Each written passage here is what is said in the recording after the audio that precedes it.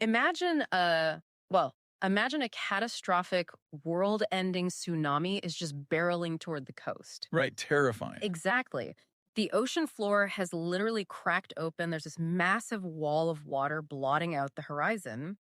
But the people standing on the beach, they aren't running for their lives. So of course they aren't. No, instead they're pulling out their phones, they're checking to make sure the lighting is good, and they are live streaming the apocalypse for their TikTok subscribers. It's so bleak. It sounds like a deeply cynical, hyper modern tragedy. But we're actually looking at the plot of a children's animated movie for today's deep dive. Yeah, and it is a phenomenal bait and switch. I mean, you go into this expecting narrative comfort food, right? Totally. You expect the plucky hero, the shiny magical artifact, a neat, tidy ending. But the source material we're diving into today completely shatters that mold. It really does. It masquerades as this slapstick adventure, while secretly serving as a dark, razor-sharp commentary on, well, environmental collapse and the sheer absurdity of modern digital culture. So, our mission for you today is to navigate this genuinely bizarre narrative landscape. We are talking about a world where the fate of the planet rests in the hands of a bald duck Yes, literally featherless. and a powerless rhinoceros. A world where the ultimate weapon is a magic seed that honestly looks exactly like a booger, It really does. and where the primary villains care significantly more about their subscriber count than human life.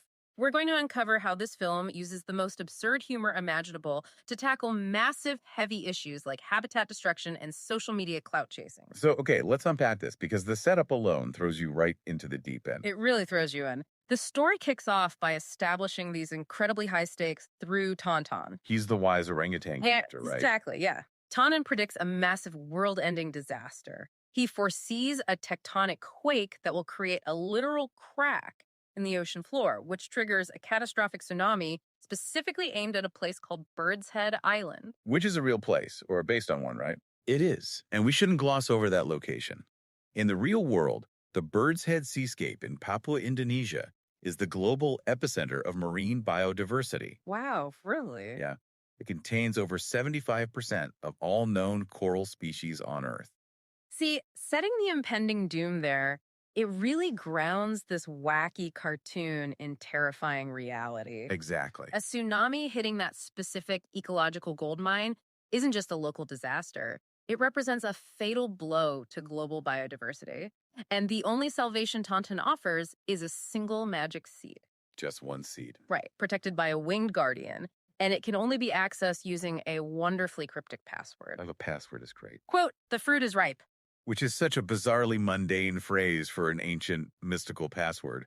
But, it perfectly sets the tone for the deeply unqualified heroes tasked with this monumental quest. Oh man, let's look at those heroes because the movie completely subverts the classic chosen one trope. It completely throws it out the window. Right. The fate of the world doesn't rest on a brave warrior. It rests on Ricky, who is a rhinoceros whose magical horn has completely lost its transforming power. Basically a regular rhino at this point. Yeah, and Benny, a duck entirely devoid of feathers. A bald duck. A bald duck.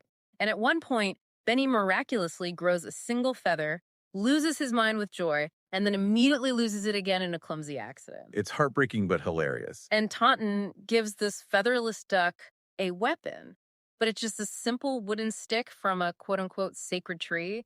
And he tells him, it's not the weapon that's important. What matters is the duck who wields it. What's fascinating here is that the film immediately establishes a profound theme of vulnerability. By stripping Ricky of his magic and Benny of his feathers, the story forces them to rely on something entirely internal. Right. But it also does something brilliant for the audience. Ricky and Benny serve as avatars for our own modern eco-anxiety. Okay, wait, I have to push back on this trope itself for a second. Very good. Why make your heroes fundamentally broken from the start? It feels kind of like pairing up the ultimate underdog buddy cop duo and then sending them to a high-stakes magical shootout with, cheap water pistols. That's a great way to put it. Doesn't putting the fate of the world in the hands of two guys who literally don't have their own basic biology figured out doom the mission before it even begins? I mean, it seems counterintuitive, absolutely. But if you start with a flawless magical superhero, there's no room to explore the philosophy of imperfection. Ah, I see. When we look at systemic climate disasters in the real world, most of us feel exactly like Ricky and Benny. We feel utterly unequipped powerless, and too flawed to stop the massive tsunami of problems coming our way. Wow. Yeah, that is incredibly relatable. Right. So the movie tells the viewer that you don't need to be whole or powerful or perfect to make a meaningful difference. Your sincerity and your willingness to try are really the only requirements. That reframes the entire quest. But just as we settle into this ancient mythological journey of quakes and magic seeds, the story abruptly crashes, literally crashes into the modern industrialized world. The whiplash is real. It is, and here's where it gets really interesting. Our heroes are out looking for this magic seed, and suddenly they get scooped up and captured by a poacher's submarine, ironically named No Surrender. The tonal shift is severe here. Yeah. The humans running this sub, there's a guy named Tool and his gang. They aren't your traditional menacing cartoon poachers with hunting rifles. No, not at all. They are obsessed, hyper-online YouTubers. While they have rare, endangered animals locked in cages all around them, their primary concern isn't even the black market value of the animal. Which you'd expect. Right. Instead, they are aggressively stressing out over hitting 10,000 subscribers. They just want to go viral. It's like watching Frodo and Sam trying to get to Mount Doom, but they keep getting ambushed by influencer pranksters doing dangerous stunts for TikTok views. It turns the whole majestic hero's journey into a dark joke. And later in the story, when Tool and his gang find out about the impending tsunami, their instinct isn't to, warn the authorities or help people evacuate. No, they see an opportunity. They literally plan to travel toward the disaster site to record it as an amateur news video. They want the destruction on tape for engagement, and then they have an absolute meltdown when their video files get accidentally deleted. If we connect this to the bigger picture, the film is employing incredibly sharp satire here. By equating illegal animal poaching with digital clout chasing, the movie offers a harsh critique of modern digital apathy. It really equates the two. It does. It suggests that viewing nature purely as content to be consumed is just as destructive as hunting animals for profit. It commodifies the natural world. They are entirely disconnected from consequence. It perfectly highlights that bystander effect mixed with, algorithmic incentive. Right, because the algorithm will reward shock value. Exactly. Their brains have been rewired to see a lethal tidal wave not as a tragedy, but as a career opportunity. Meanwhile, the animals are just trying to survive human technology. Ricky and Benny have to escape the sub, and later they actually hitch a ride in the cargo hold of a commercial airplane. Which they call the Iron Bird. Right, the Iron Bird, just to reach Papua. They are forced to navigate a world that has been aggressively industrialized right on top of their natural habitats. And that industrialization stands in stark contrast to the next phase of their journey. We have these influencers who view nature purely as a resource to be consumed instantly for views. Consume, consume, consume. Right, and the film counters this by forcing our heroes to interact with nature in the exact opposite way. Having survived the Iron Bird, Taunton informs them that the magic seed isn't just a plug-and-play solution. It's not just magic button. No, they must actively grow the seed using 3 specific elements: water, earth, and mantra. They can't just take what they want. They have to actually partner with the environment. Let's break down these 3 elements because each one forces them to engage with the ecosystem deeply. Let's do it. First, they need water. They save a baby Anoa, which is like a small, endangered water buffalo from a pack of crocodiles. And out of gratitude, the father Anoa guides them to Rainbow Lake. Which is a beautiful sequence. It really is. And this lake is a perfect representation of biodiversity. The water literally changes colors, and each color represents a different property. Crimson is for love, gold is for health. But the crucial mechanism here is patience. They cannot just scoop up any magical water and leave. They have to wait. Right. They must wait for the lake to turn super green, which the film describes as the color of fertility and the ultimate source of life. And there's a real-world parallel to that, isn't there? There is. Ecologically speaking, that super green state mimics the real-world foundation of marine ecosystems. We're talking about phytoplankton and algal blooms that provide the base energy for the entire food web. Nature operates on its own timeline, and the heroes have to respect that rhythm. Which brings us to the earth element, and honestly, a massive dose of tonal whiplash. Absolutely. They travel to Gasball Village to get the most fertile dirt in the world from Linga, and Linga is a pangolin. A very unique pangolin. Yes, she speaks entirely in rhymes, and she is a retired extreme sports champion. Because why not? Exactly. The movie suddenly drops us into the Pangolin Extreme Sports Championship, where competitors race by rolling into armored balls and launching themselves through the jungle with slingshots and firecrackers. It is pure, high-octane madness. It's absolute chaos. And they only earn the fertile dirt by helping this extreme sport pangolin gather ants. Okay, I genuinely struggled with this sequence when looking at the source material. Really? How so? Well, I understand it's a kid's movie, but doesn't throwing in a rhyming extreme sports pangolin completely undermine the serious tone of an impending apocalyptic tsunami? We just talked about eco-anxiety and influencer apathy, and now we're doing slingshot bowling with mammals. Well, this raises an important question about how we communicate complex, traumatic realities. If the entire film was a bleak, terrifying documentary about deforestation and natural disasters, people, especially younger audiences, would simply tune out. That's fair. The psychological weight is too heavy. Exactly. The absurdity, the extreme sports, the elephant jokes, the featherless duck, that keeps the audience engaged. It actively lowers your emotional defenses by creating a baseline of joy and safety. Ah, so it's a setup. It is. It builds you up just to knock you down. Yeah. Because right after they secure the earth element, they need the final element, mantra. Right. To get this, they travel to a legendary place called Singing Hill to find the majestic birds of paradise. But when they arrive, there is no comedy. It is an absolute gut punch. The silence of Singing Hill is incredibly haunting. The human houses have completely encroached on the habitat. The ancient trees are gone, and there is not a single bird of paradise left. None. The contrast you mentioned is exactly the point. The comedy of the Pangolin Village serves to make the tragic reality of Singing Hill land with maximal emotional impact. You are laughing 1 minute and staring at the devastating consequences of human expansion the next. The movie just rips the rug right out from under you. So, And the concept of the mantra is brilliant. It's not a physical resource like water or dirt. It represents cultural memory. yes. Without the birds to sing the song, the history and the magic of that forest are just erased. Which brings us to the climax of the story. They reach the coast, the tsunami is coming, but they are confronted by a human bird whisperer who has actually stolen the seed. And this final battle brings all of these philosophical threads crashing together. Uh, Well, the resolution of this fight isn't about overpowering the enemy with brute force. During the struggle, Ricky the Rhino actually regains his magical transforming powers, but only temporarily. And it's not from the seed, right? No, he doesn't get them from the magic seed or an ancient spell. The mechanism of his magic returning is entirely driven by Benny.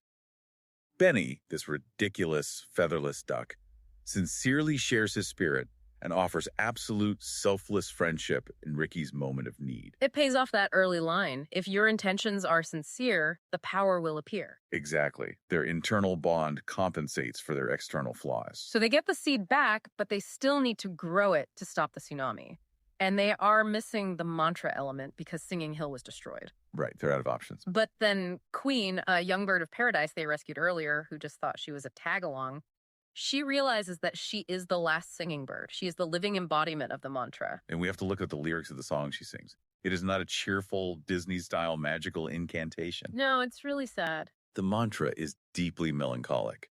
She sings about teardrops from the sky and how the jungle's lost its joy and now is lost in pain. It is an active expression of grief for the environment. That shared grief, that honest, painful acknowledgement of what the earth has lost, is exactly the emotional catalyst the seed needs. It instantly grows into this massive, sprawling network of mangroves that act as a natural barrier, completely stopping the rolling waves of the tsunami. And the science behind that is incredibly accurate. Right. I mean, think of a mangrove forest not just as a bunch of trees, but as nature's hydraulic brakes. That's a great analogy. Thanks.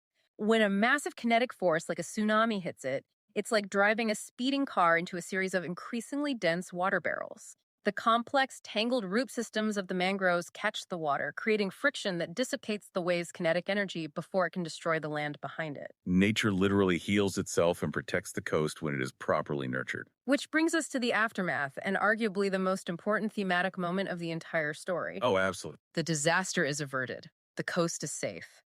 Ricky and Benny approach Tauntaun, the wise orangutan. They've completed the impossible quest.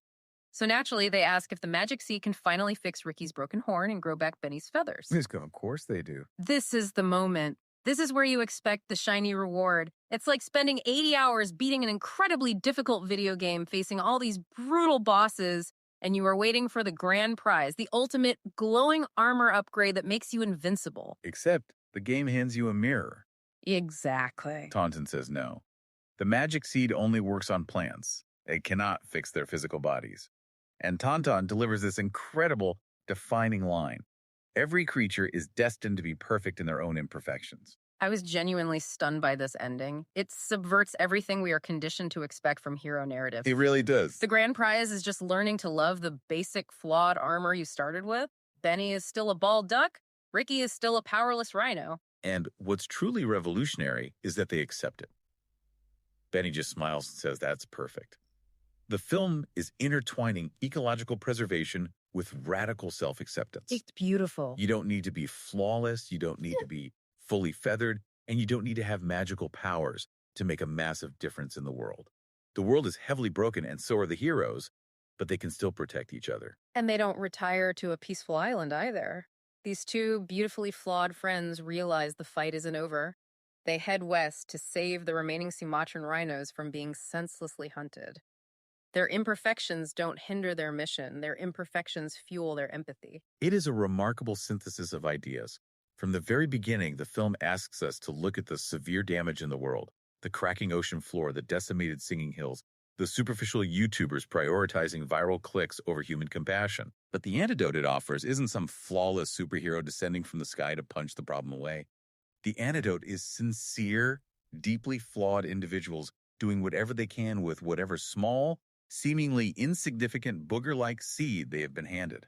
So to bring this all together for you listening, we just went on an incredibly wild ride. We started with an apocalyptic prophecy in a biodiversity hotspot, got sidelined by clout-chasing YouTubers on a submarine, Took a detour through rhyming extreme sports pangolins. and ended up with a profoundly moving message about environmentalism and embracing our own physical and emotional imperfections. It serves as a stark reminder that pop culture, even the most bizarre, wacky animated films, is often the most honest mirror we have. It allows us to process massive, overwhelming societal anxieties like climate change, habitat destruction, and social media brain rot in a way that is digestible but leaves a lasting impact. It completely tricks you into caring about the intricacies of the climate crisis by making you care about a bald duck. And when you contrast the core conflict of the story, the slow, patient, ancient magic of the earth, versus the frantic digital obsession of the modern influencers, it forces a necessary reflection about how we navigate our own reality. Absolutely. I keep thinking about those YouTubers on the submarine, entirely missing the profound beauty and the terrifying tragedy of the physical world right in front of them, simply because they were so desperate to capture it on a screen for hollow validation. Which leaves us with a final thought for you to mull over today. If our modern world is so aggressively obsessed with capturing every single moment on a screen for digital validation, what magic seeds in our own real lives are we completely failing to nurture simply because our eyes are glued to the screen?